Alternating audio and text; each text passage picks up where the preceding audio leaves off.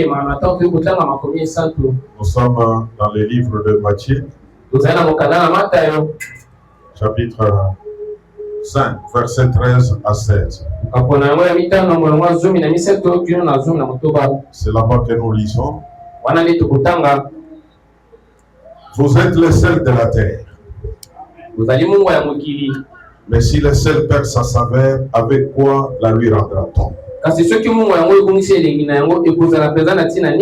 Il ne sert plus qu'à être jeté dehors et foulé aux pieds par les hommes. Vous êtes la lumière du monde. Une ville située sur une montagne qu'on ne peut cacher. On n'allume pas la lampe pour la mettre sous le boiseau, mais on la met sur les chandeliers et elle éclaire tous ceux qui sont dans la maison. Que votre lumière luise ainsi devant les hommes, afin qu'ils voient vos bonnes œuvres et qu'ils glorifient votre Père qui est dans le cieux. Que Dieu bénisse la lecture de sa parole. Vous pouvez vous asseoir. Notre Père et notre Dieu, encore une fois nous revenons en ta présence avec cette portion de l'écriture que nous venons de lire. C'est toi la parole éternelle. C'est toi qui as fait écrire la Bible. Et c'est toi qui es la Bible. Et c'est toi qui nous dis ce matin, vous êtes le sel de la terre. C'est toi qui nous dis ce matin, vous êtes la lumière du monde. C'est toi qui nous dis ce matin, vous êtes une ville bâtie sur notre monde. Notre Père et notre Dieu, on n'allume pas la lumière pour la cacher. Et si nous sommes la lumière du monde, si nous sommes une ville bâtie sur notre monde, si nous sommes les sels de la terre, c'est que nous avons des ambitions. Est-ce que tu puisses faire voir ces ambitions et développer et faire que notre lumière luise ainsi devant les gens.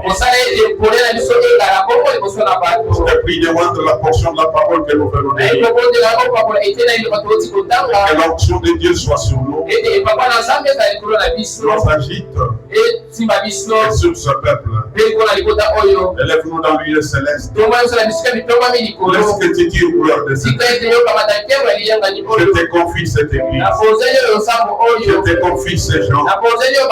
Je te confie ce Père. Je prie que tu ouvres notre entendement spirituel. Je prie que tu nous donnes une compréhension spirituelle pour que nous puissions écouter ce que Dieu dit à l'église. Car c'est toi qui as dit, heureux celui qui lit, heureux celui qui entend les paroles de Dieu. Et déjà en écoutant, en lisant, nous sommes déjà bénis. Et laisse qu'en parlant, nous soyons encore plus bénis, Père. Alors que nous attendons à toi. Jésus, toi mon interprète, pour qu'il transmette la pensée fidèle. Et laisse que tu donnes à cet auditoire ce matin une attention soutenue. En préminence sur cet auditoire, et nous décompter, Seigneur, toi parle à ton Père. Au nom du Seigneur Jésus, nous les demandons ici en prière. Amen. Bien, de ces écritures, nous avons commencé à parler depuis le dimanche passé d'une église sans ambition. Et lorsque Frère Branham a pris cette écriture, il a parlé d'un message très important, c'était les panneaux publicitaires.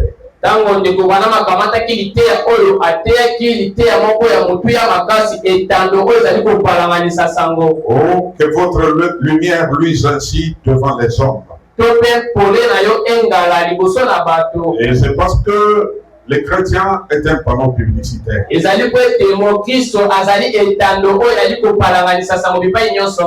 le prophète, en prêchant le message, essayant d'interpréter cette écriture de Matthieu chapitre 5, il explique que Jésus parlait des ambitions qui ont été données à l'Église à sa fondation.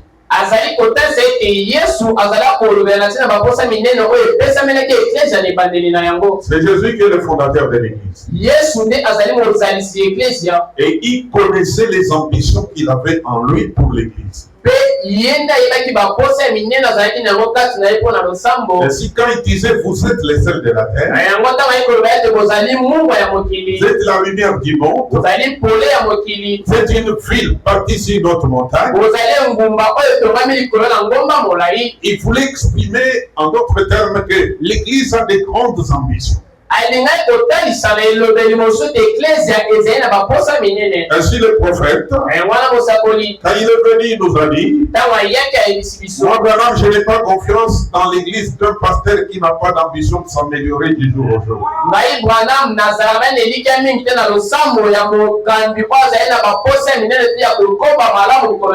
L'église comme nous sommes là, et nous devons avoir des ambitions. L'église doit avoir des ambitions pour les croyants. Les croyants eux-mêmes doivent avoir des ambitions pour leur vie. Et si l'église n'a pas d'ambition pour les fidèles, Frère Branham dit il y a quelque chose qui cloche quelque part. Parce que l'église du Dieu vivant a été battue sur des hautes ambitions. L'église devrait avoir des ambitions pour chaque membre. Parce que nous ne venons pas ici au hasard. Nous venons ici chacun pour un but. Et le but pour lequel nous venons, c'est d'abord la vie éternelle. Et lorsque Dieu nous donne la vie éternelle, l'Église doit aussi contribuer au bien-être de chaque croyant. Et c'est pourquoi Jean disait à son fils Caius, je préfère que tu prospères à tous égards. Comme déjà ton âme prospère, tu prospères aussi dans le bien-être, dans les matériels, dans la bonne santé, et en tout, tu dois être prospère. Ce sont les ambitions de l'Église. L'Église n'a pas été battue seulement pour rançonner les croyants. Rançonner, ça veut dire presser et essayer de tirer tout ce qu'ils ont. Et en revanche, il n'est rien donné aux gens. Non, je vous ai dit que nous sommes déjà dans les systèmes de rendez-vous de donner et de recevoir. Et c'est ça le principe d'aujourd'hui. Quand vous donnez, vous devez vous attendre à une bénédiction. Et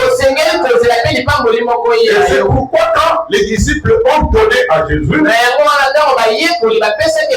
ils ont donné leur temps, ils ont donné leur talent, ils ont donné les moyens qu'ils avaient. Et à un moment donné, ils se sont arrêtés, ils ont dit, mais Jésus, nous, on t'a tout donné. Le temps, les moyens, notre jeunesse, notre talent, tout ce que nous pouvons faire dans ce monde, nous avons arrêté ça. Nous t'avons donné tout. Qu'est-ce que nous aurons en revanche? Tu nous réserves quoi? Jésus a dit, celui qui abandonnera tout dans le monde oyo akotika nyonso na mokili à cause de l'œuvre de Dieu. na tina ya mosala na Nzambe Je lui donnerai na kopesa na ye ici sur la terre awa na mokili des enfants, bana des femmes, basi des maris, mibali des villas, bandako des maisons, bandako des voitures, tout ce qu'il a besoin ici. nyonso oyo azali na yango mposa na mokili Quand je lui aurai tout donné ici, ntango na kopesa ye sur la terre pour qu'il soit en bonne santé, awa na mokili mpo takala na nzoto malamu après ça, nsima na nyonso au ciel, kuna na lola la vie éternelle. bomoi na se